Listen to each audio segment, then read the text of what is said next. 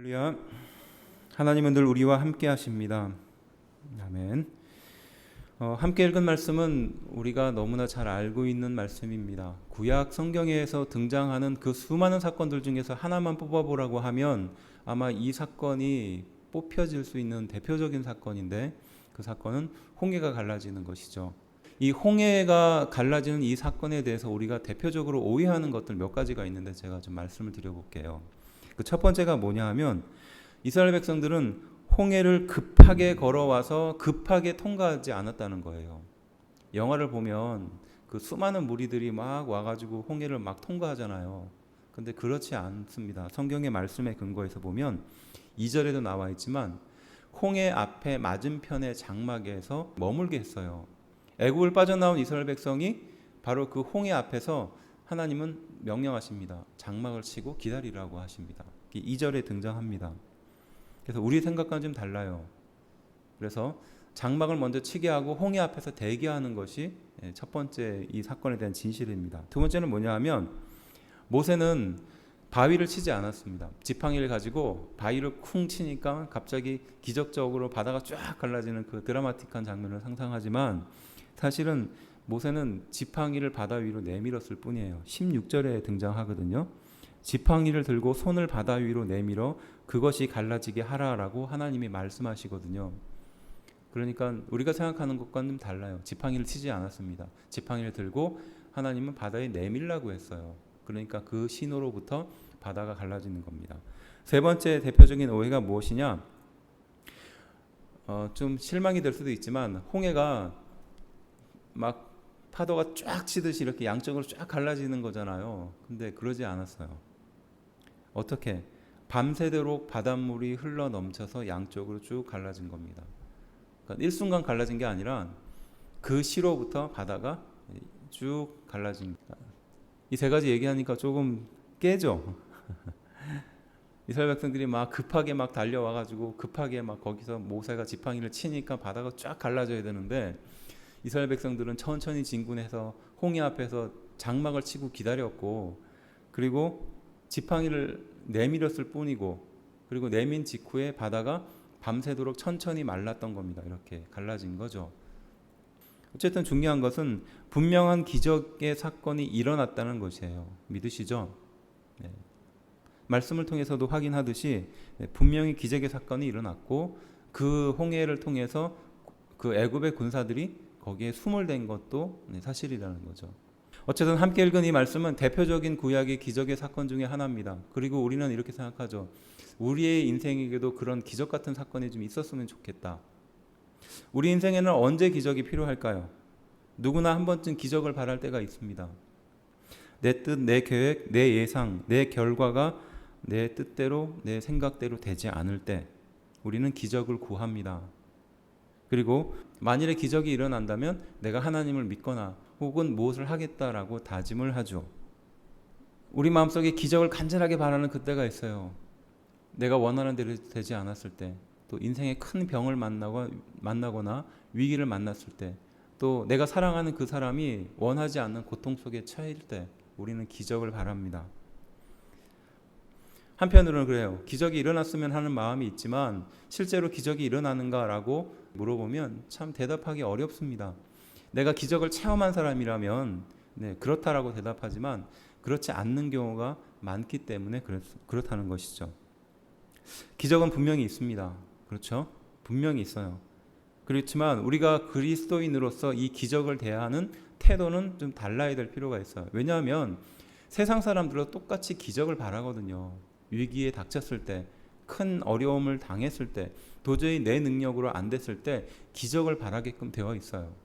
그리고 기적이 이루어지면 내가 열심히 무엇인가 하겠다 다짐을 합니다. 굳이 그리스도인이 아니어도 기적을 바라는 것은 똑같고 기적 이후의 반응도 비슷합니다. 하지만 그리스도인은 다르다는 것이죠. 무엇이 다를까요? 기적 뒤에는 반드시 어떤 목적이 있다는 것이에요. 기적이라는 달콤한 열매에 혹할 수는 있지만 반드시 기적에는 어떤 이유와 목적이 있다는 것을 우리는 기억해야 됩니다. 또한 물어볼 수 있어요. 기적이 과연 인생을 변화시킬 수 있는가라는 거예요. 내가 그토록 바랐던 그 기적이 실제로 일어났어요. 자, 그 기적을 통해서 변화가 실제로 일어날까요? 일어난다고 생각하시나요? 네. 기적을 바라는 사람의 입장에서는 일어나는 거죠. 당연한 겁니다. 그런데 성경의 수많은 이야기들이 또 예수님께서 실제로 기적을 많이 베풀었던 그 상황에서도 하셨던 말씀이 있어요. 무엇이냐? 내가 기적을 많이 베푸른 그 지역이 오히려 나를 더 배척하더라는 것이에요. 그걸 간절히 바라지만, 그걸 이루어졌으면 좋겠다, 했으면 좋겠다라고 그렇게 바라지만 실제로 그 일이 이루어졌을 때 그 인생이 그렇게 변하느냐? 그렇지 않는 경우가 많다는 것이에요. 기적이 과연 우리의 인생을 변화시키는가? 네, 그렇지 않다는 것을 알 수 있는 것입니다. 이 놀라운 사건, 홍해가 갈라지는 정말 상상할 수도 없는 이 사건이 벌어지고 나서 이스라엘 백성들이 과연 변했느냐? 이게 중요한 거거든요. 만일에 여러분들이 지금 이스라엘 백성들과 함께 광야에 머물렀다고 생각해 보세요. 지금 어제까지 애굽에서 노예로 살다가 이제 하나님의 거룩한 뜻으로 거기를 막 벗어났어요. 10가지 재앙을 다 받습니다. 결국 애굽 왕이 우리를 놓아주는 그 기적적인 사건을 경험하고 나왔어요. 그리고 홍해 앞에 지금 서 있습니다. 그리고 홍해를 건넜습니다. 이 기적을 경험한 이스라엘 백성들은 믿음의 생활을 해야 되는 것이 당연하잖아요. 그렇죠? 당연한 겁니다. 그런데 우리가 너무 잘 알듯이 그렇게 살지 못합니다. 이것만 봐도 기적이 우리 인생을 정말로 변화시키느냐, 이것에 대해서 회의적인 대답을 할 수밖에 없는 것이죠. 우리는 이 상황을 놓고 3가지 은혜를 찾아보려고 합니다. 또 하나님께서 우리에게 기적을 주신 목적은 무엇인가 살펴보려고 합니다. 기적을 그토록 바라지만 실제로 기적이 이루어지길 우리 인생에게 기대하지만 하나님께서 분명하게 기적을 주신 목적이 있다고 말씀드렸어요. 그 3가지 목적이 무엇인가 살펴보고 은혜를 나누려고 합니다. 그 첫 번째예요. 기적은 우리의 상태를 보게 한다는 것이에요. 첫 번째, 기적의 목적 무엇이라고요? 기적은 우리의 상태를 보게 한다는 거예요. 하나님을 찬양하고 기쁨에 들떠있던 이스라엘 백성들에게 애굽의 군사들이 쫓아오기 시작합니다. 그리고 그 군대가 가까이 오는 그 순간이 있었어요. 바로가 가까이 올 때에 라고 하죠. 그리고 이스라엘 자손이 눈을 들어 본즉이거든요. 그 전까지는 기세등등하게 나갔던 것이었어요. 그 전에 읽었던 것처럼 8절에 담대히 나갔던 이스라엘 백성들이 불과 2절도 지나지 않아서 10절에 바로가 가까이 올 때에 언제부터 이스라엘 자손이 눈을 들어 보기 시작한 그때예요. 그때 어떻게 됐다? 네, 애굽 사람들이 자기들 뒤에 이른지라 이스라엘 자손이 심히 두려워하여 여호와께 부르짖기 시작했던 거예요. 뒤에 따라온다라는 이야기를 들었을 때는 이스라엘 백성들은 걱정하지 않았던 거예요. 염려하지 않았던 겁니다. 그런데 막상 이스라엘 백성들의 눈에 보이기 시작하자 어떻게 됐다고요? 네, 두려움에 빠지기 시작하고 하나님께 부르짖기 시작하고 모세를 원망하고 하나님을 원망하기 시작하는 겁니다. 이것만 보면 정말로 얼마나 많은 기적을 보여줬어요. 정말 이스라엘 백성에게 그 짧은 기간 어떻게 말할 수도 없는 기적을 보여줬음에도 불구하고 어떻게 이렇게 반응하나 이렇게 생각할 수 있죠. 근데 사실 이스라엘 백성들은 노예였잖아요. 애굽에서 노예로 살았잖아요. 주인이 먹이고 입히고 재우고 그 삶을 사는 겁니다. 머리로만 알지 정말로 주인이라는 것을 모르는 겁니다. 노예니까 먹여주면 감사하고 안 먹여주면 불평하고 이 삶을 살았던 겁니다. 직전까지 기세등등했던 이스라엘 백성들이 바로 눈에 위기가 보이자마자 하나님을 원망하고 모세를 원망하고 자신의 모든 것들을 원망했던 바로 이 그냥 리액션처럼 당연하게 나오는 이 습관이 바로 노예의 습관이었다는 것이에요. 자기의 주체적인 삶을 살지 못하고 자유인의 삶을 살지 못하고 노예로서 그렇게 수십 년을 살았던 이스라엘 백성들의 뼛속 깊이 박혀 있었던 바로 습관이었던 겁니다. 눈에 보이자마자 그렇게 되는 것이죠. 어떻게 불평을 쏟아내는지 우리 11절과 12절을 한번 읽어볼까요? 11절 시작. 그들이 또 모세에게 이르되 애굽에 매장지가 없어서 당신이 우리를 이끌어내어 이 광야에서 죽게 하느냐? 어찌하여 당신이 우리를 애굽에서 이끌어내어 우리에게 이같이 하느냐? 먼저 모세에게 불평하죠. 당신이 나를 이끌어서 우리를 이끌어서 이 광야에서 죽게 하느냐? 어찌하여 애굽에서 이끌어 우리를 이런 상황에 만드느냐? 모세에게 원망합니다. 12절입니다. 우리가 애굽에서 당신에게 이른 말이 이것이 아니냐? 이르기를 우리를 내버려 두라. 우리가 애굽 사람을 섬길 것이라 하지 않았더냐? 애굽 사람을 섬기는 것이 광야에서 죽는 것보다 낫겠노라 라고 말합니다. 우리를 내버려 두라는 거예요. 왜 광야에서 죽게 만드느냐는 거예요. 우리가 말하지 않았냐 이거예요. 지금 애굽에서 차라리 우리는 이스라엘 백성으로 살기보다는 애굽에서 노예로 애굽 사람을 섬기는 것이 낫다라고 훨씬 말하지 않았냐, 이전에 말하지 않았냐고 따지는 거예요.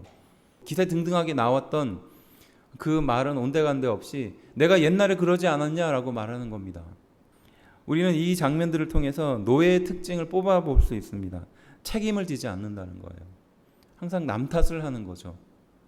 인생의 주인공으로 살지 못하는 극단적인 사람의 한 형태입니다. 그래서 노예의 특성 중에 하나가 잠깐의 성공이나 잠깐의 만족으로 미래를 무조건으로 낙관적으로 보는 겁니다. 미래를 깊게 생각하지 않는 거죠. 지금 먹을 것이 있고 잠깐 배부르니까 그냥 괜찮은 거예요. 그러니까 내일도 괜찮겠거니라고 생각합니다. 하지만 주인은 그런 삶을 사나요? 그렇지 않죠. 내일, 일주일, 한 달 뒤에 먹을 것을 고민합니다. 근데 노예는 그렇지 않거든요. 작은 것, 당장 입는 것만 보고 만족하면서 미래에 대해서 괜찮겠거니라고 생각하는 것이요. 이게 노예의 특성이죠. 우리 인생에 불행이 닥칠 때 남을 탓하고 원망을 하고 일희일비 잠깐 기뻐했다가 잠깐 슬퍼하는 이런 인생을 사는 것, 이게 바로 무엇의 인생이라고요? 노예의 인생이라는 겁니다. 기적이 인생 자체를 변화시킬 것이라고 생각하지만 직전까지 10가지 재앙의 기적을 목격했던 이스라엘 백성들이 바로 이 노예의 근성을 그대로 보여준 겁니다. 언제? 이스라엘 백성이 애굽의 군사들을 눈에 보자마자. 결국 기적의 이 사건은 우리의 상태를 그대로 보여주는 거예요. 우리의 본성 자체를 그대로 오픈시켜 놓는 겁니다. 평소에 나는 믿음도 괜찮고 실력도 있고 괜찮은 사람이라고 생각했는데, 신앙도 있는 사람이라 생각하는데, 바로 이 기적의 사건 직전에 깊은 고난과 고통을 만나면 그때 우리 신앙의 기본이 그대로 드러나는 거예요. 광야 40년의 훈련 뒤에 이스라엘 백성들은 다시 한번 요단강을 건너갑니다. 지금 홍해를 건넜는데 이스라엘 백성들이 40년 동안 그 광야에서 뺑뺑이 돌잖아요. 이제 가나안 땅에 들어가기 직전에 요단강을 건너요. 대부분의 많은 신앙인들이 이 사건에 대해서 별로 주목하지 않거든요. 그런데 똑같이 하나님은 이스라엘 백성들에게 요단강을 건너게 하십니다. 여호수아 3장 1절부터 17절인데요. 그 중에서 8절 말씀 이렇게 말합니다. 너는 언약궤를 맨 제사장들에게 명령하여 이르기를 너희가 요단 물가에 이르거든 요단에 들어서게 하라 라고 말합니다. 이게 뭐냐면요, 이스라엘 백성들이 홍해에서는 이렇게 기적적인 사건으로 통과했는데 지금 40년의 훈련이 끝나고 난 뒤에 요단 강가 앞에 다시 서게 만들었어요. 그리고 하나님의 언약궤를 맨 앞에 세워놓고 그 언약궤를 맨 사람들을 맨 앞에 배치해 놓습니다. 그리고 이스라엘 백성들로 하여금 그것을 직접 목격하게 해요. 목격하게 합니다. 그리고 그 궤를 맨 사람들이 요단강에 발을 담그자마자 그때부터 강이 갈라지는 거예요. 자, 이게 다른 거죠.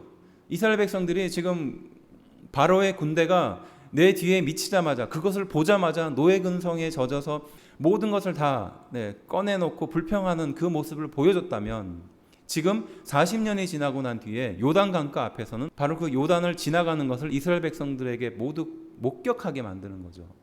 너희가 눈으로 봤더니 두려움에 빠져서 노예 근성을 그대로 드러냈던 그 모습과 달리 지금 40년이 지나서 이스라엘 백성들로 훈련이 다 끝난 지금 이 상황에서는 하나님께서 그 법궤에 함께 하시고 그 법궤가 지나가는 그것을 보라는 거예요.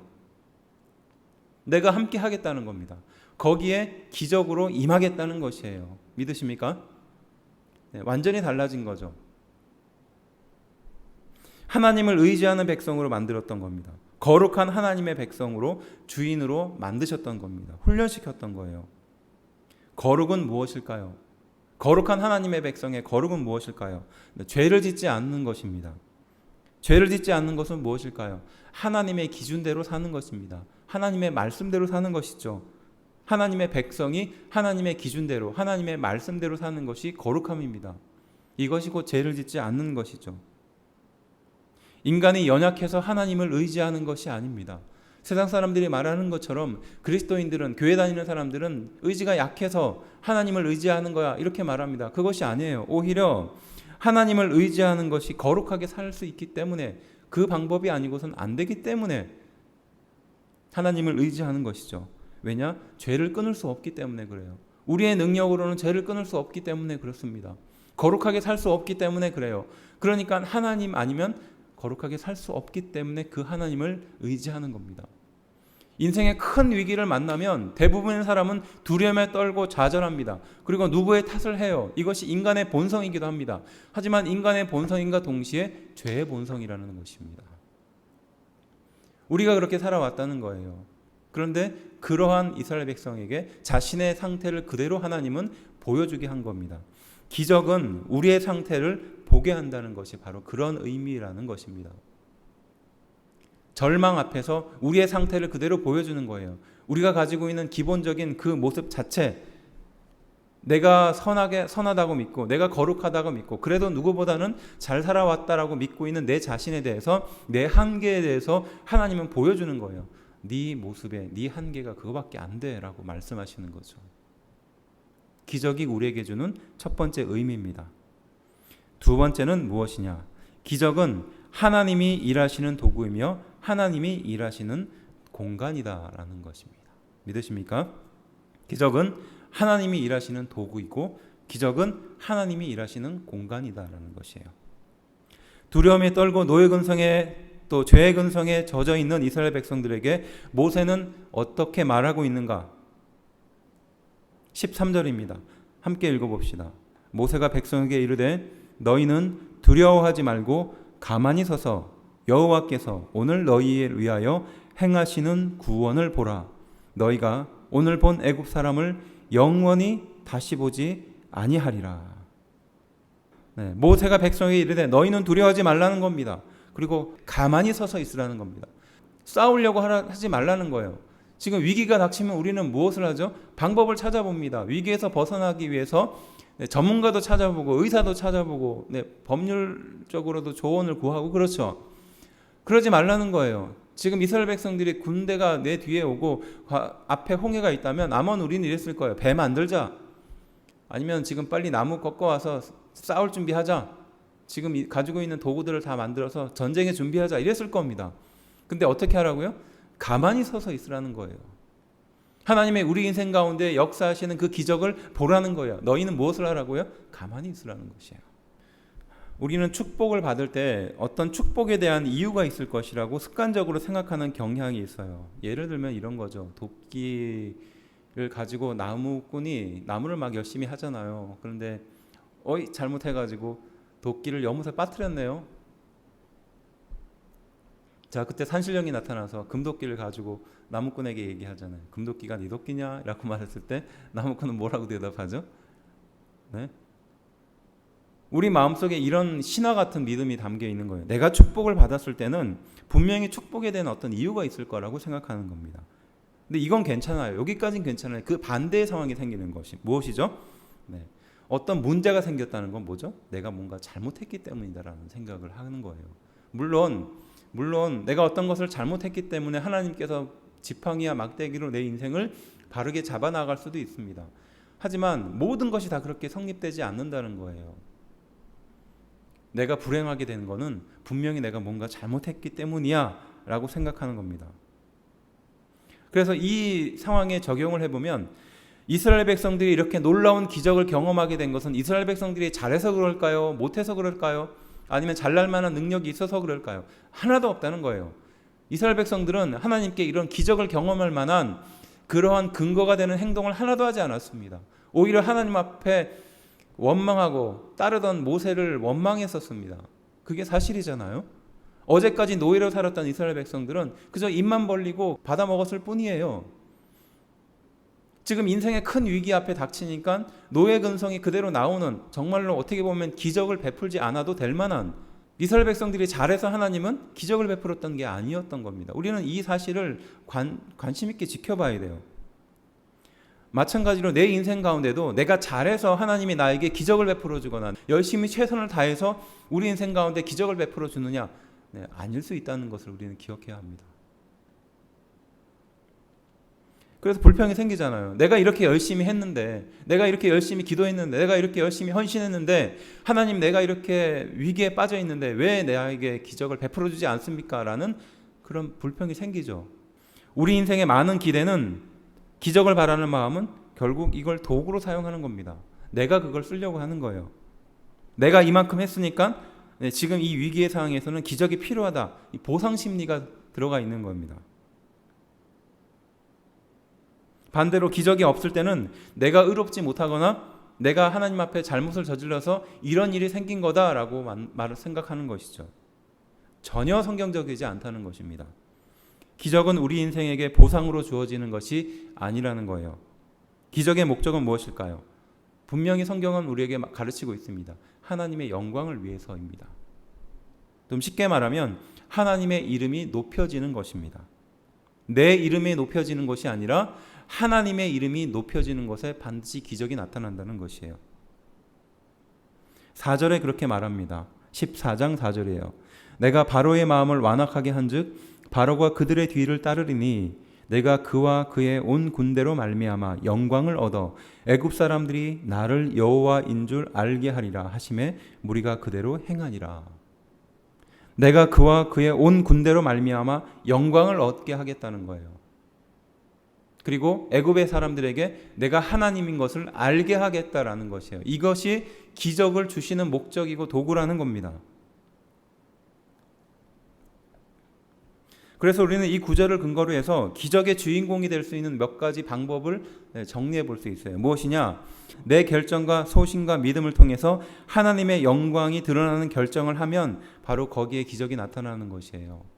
또 세상 사람들이 가지 않는 길, 또 그 길을 갈 때, 좁은 길을 갈 때 하나님이 높여지는 길을 가게 되면 바로 기적이 일어난다는 것입니다. 남들 다 가는 길, 남들 다 가는 편안한 길을 가는 것이 아니라 남들이 가지 않는 좁은 길을 가고 그 길을 통해서 하나님의 영광이 드러나는 확신이 있다면 바로 거기에 기적이 나타난다는 것이에요. 믿으십니까? 세 번째는 뭘까요? 내가 희생하는 것 같으나 실제로는 그 기적을 통해서 내가 사는 길입니다. 그러니까 희생하라는 거죠. 헌신하라는 거예요. 무엇인가 결정하라는 거예요. 그거 하지 않으면 결국 기적이 일어나지 않는다는 겁니다. 결국 그 희생을 통해서 바로 내가 살고 내 가정에 살고 내 이웃이 산다는 것이에요. 대부분의 사람들이 기적만 바라지 사실은 내가 희생하고 내가 헌신하고 내가 좁은 길을 가기를 바라지는 않거든요. 이스라엘 백성들이 그 애굽을 빠져나올 때 이 기가 막힌 홍해 앞에 서게 될 줄 어떻게 알았겠어요? 아마 그렇게 미리 얘기했으면 안 갔을 겁니다. 마지막 홍해 앞 막다른 길에 장막을 치도록 하셨던 그 일을 통해서 알게 되는 거예요. 죽을 공간이었죠. 이스라엘 백성들이 바로 그곳에서 죽을 공간이었어요. 사실은 그렇잖아요. 지금 내 눈앞에는 물이 넘실대고 있어요. 물에 빠져 죽는 겁니다. 내 뒤에는 애굽의 군사들이 쫓아오고 있는 겁니다. 한마디로 말하면 홍해 앞에 막다른 길에 장막을 치도록 한다는 것은 우리의 인생에도 마찬가지입니다. 죽을 공간이 바로 우리가 기적을 얻을 공간이라는 뜻이에요.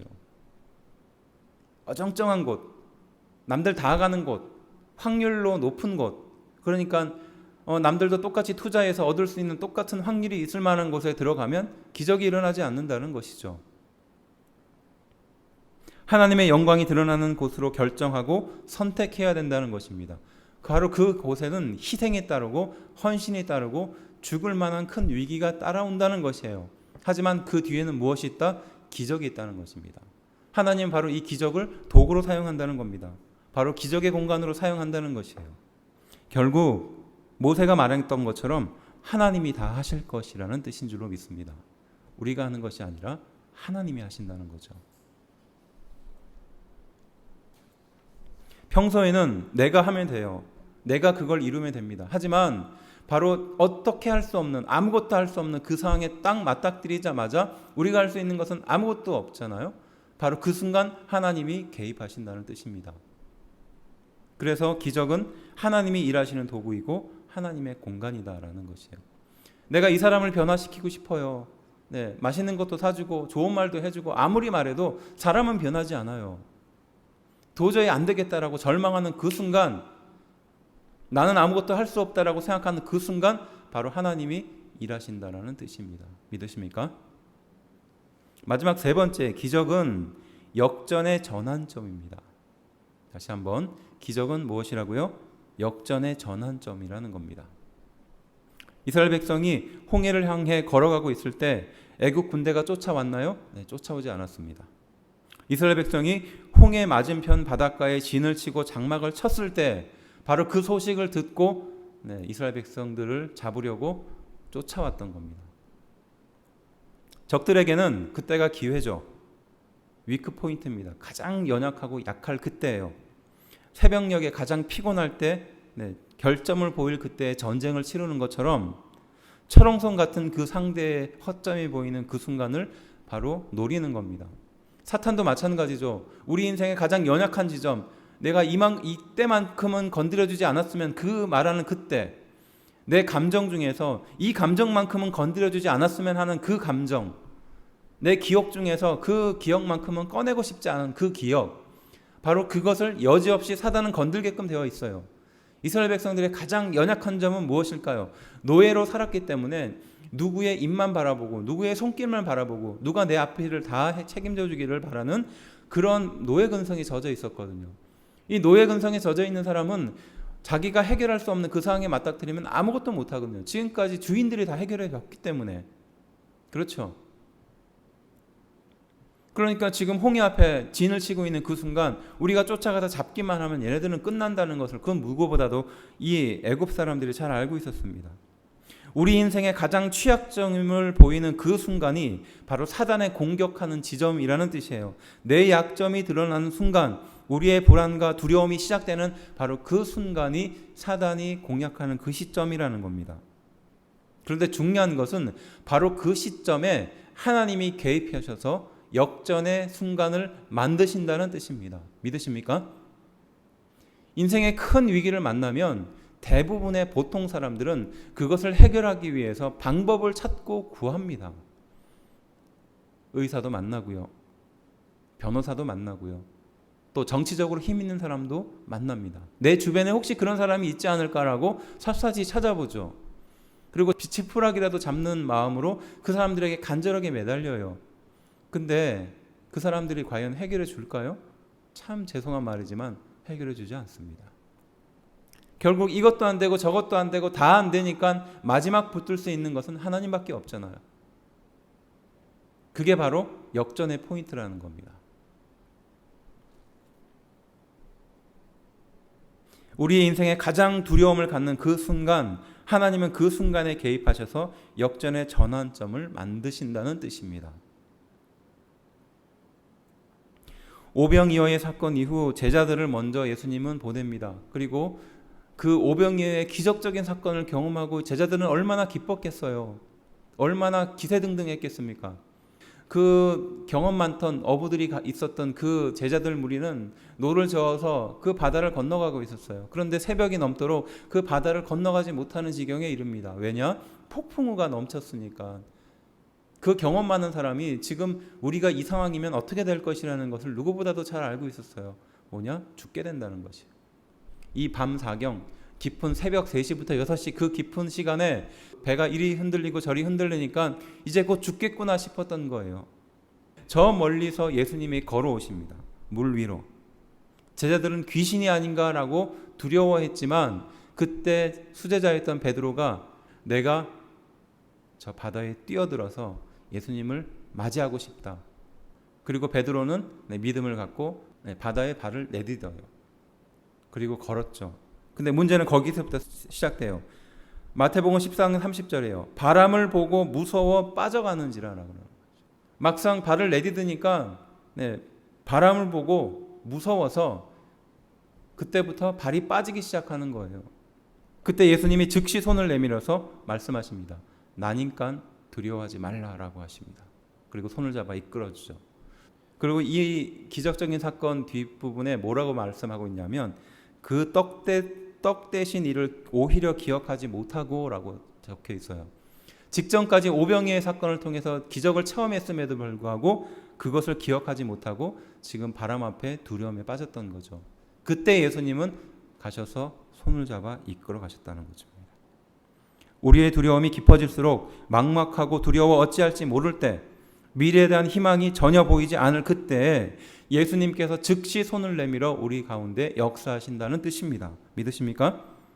나는 안 된다고 생각하고 주변에 그 누구도 안 된다고 말하는 그 순간, 죽음의 순간, 내가 다 포기하는 그 순간 우리 예수님은 우리의 손을 내밀어서 이끌어 가신다는 것이죠. 역전의 순간입니다. 노예는 어느 곳에 묶여 살고 자유를 평생 갈망하지만 평생 불안함 속에서 살아갑니다. 그렇지만 주인은 하나님께 묶여있는 삶을 선택해서 순종을 통해서 평생 자유함을 누리고 살아갑니다. 홍해 앞에서 아무것도 할 수 없는 그 순간을 이스라엘 백성들은 맞이하게 됩니다. 아마 인생 최초였을 거예요. 그 전까지 누가 다 해주고 누가 다 먹여주고 누가 다 해결해줬던 그 삶을 살다가 홍해 앞에서 아무것도 할 수 없는 상태에 자신을 만나게 되죠. 우리가 깊이 빠진 총체적인 난국, 또 헤어나올 수 없는 깊은 구렁텅이를 만날 때 심정 같을 거예요. 불안함이 엄습하고 미래에 대한 희망이 없을 때, 사회의 불안과 미래의 불안이 덮쳐서 올 때, 열심히 노력해도 미래가 밝아 보이지 않을 때, 헤어나오려고 하지만 헤어나올 가망성이 전혀 없어 보일 때, 이러지도 못하고 저러지도 못하며 지푸라기라도 잡는 심정이 있을 때 우리는 무엇을 합니까? 마치 홍해 앞에 내몰린 이스라엘 백성들과 같은 심정일 겁니다. 노예 근성으로 원망을 쏟아내고 시기를 쏟아내고 불평을 쏟아내고 비교와 낙심의 인생으로 살아갈 것입니까? 아니면 즉시 나의 손을 붙잡고 이끌어 주시는, 너희는 두려워하지 말고 서서 가만히 하나님이 하시는 것을 보라라고 말씀하시는 그 음성대로 살아가실 것입니까? 지금까지도 그래왔고 앞으로도 그럴 것이고 내 문제를 해결해 주실 그 주님의 손을 붙잡으시겠습니까? 결국 우리 하나님께서 다 하실 것입니다. 두려움과 불안은 자기 마음대로 안 되는 것을 알면서부터입니다. 신앙인은, 하나님의 백성은 하나님께 엎드리고 나아갈 수 있는 기회를 얻는 것입니다. 곧 포기는 내가 안 되니까 하나님이 하셔야 되는 것을 인정하는 것입니다. 곧 하나님이 일하실 공간을 만들어 드리는 거죠. 불안감에 젖은 노예로 돌아가는 것, 그것을 원하는 사람은 없습니다. 그렇게 생각해 보면 문제를 하나님께 맡겼다기보다는 하나님이 하실 일을 내가 빼앗아 온 것이 곧 두려움이고 불안한 일이었다는 것이죠. 내가 불안했던 것, 내가 두려웠던 것은요, 사실은 하나님이 하실 일을 믿지 못해서 생기는 일이라는 겁니다. 극단적으로 생각하는 것 또한 마찬가지죠. 그럼에도 불구하고 우리는 언제라도 불안과 불평의 늪에 빠질 수 있는 연약한 인간입니다. 하지만 예수님께서 이 세상에 오셔서 우리를 그 불안과 두려움의 늪에서 건져주신 줄로 믿습니다. 나니까 두려워하지 말라라고 즉시 손을 내밀으셨던 예수님처럼 지금 우리 인생의 가장 깊은 고난과 고통 속에 있을 때 하나님은 다시 한번 지금 나에게 손을 내밀고 계신다는 말씀입니다. 홍해 앞에서의 기적은 우리의 상태를 철저하게 깨닫게 해줍니다. 내가 얼마나 죄가 가득한 사람이며 노예의 근성으로 살았는지 우리를 깨닫게 해주죠. 홍해 앞에서의 기적은 우리가 하나님의 일하시는 도구이며 하나님이 일하시는 공간이라는 것을 깨닫게 하는 바로 그 순간입니다.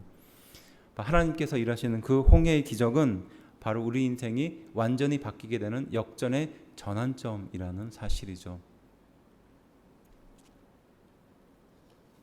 매 순간 홍해 앞에서 고난과 고통을 살아가고 있는 그리스도인이 함께 이 말씀의 능력을 의지해야 되는 줄로 믿습니다. 내가 만약 깊은 고난 속에 살고 있다면, 그 누구에게 말하지 못하는 어려움 속에 살고 있다면, 그리고 헤어나올 수 없는 고통 속에 살고 있다면 바로 그때가 하나님을 의지할 절호의 찬스입니다. 모든 것을 하나님께 맡기고 하나님이 일하실 그 찬스라는 뜻이죠.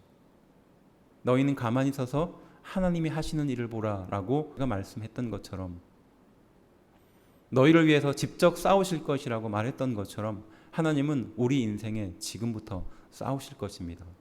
우리의 가장 큰 위기, 홍해 앞에서 바로 하나님은 싸우실 것을 믿습니다. 기도하겠습니다.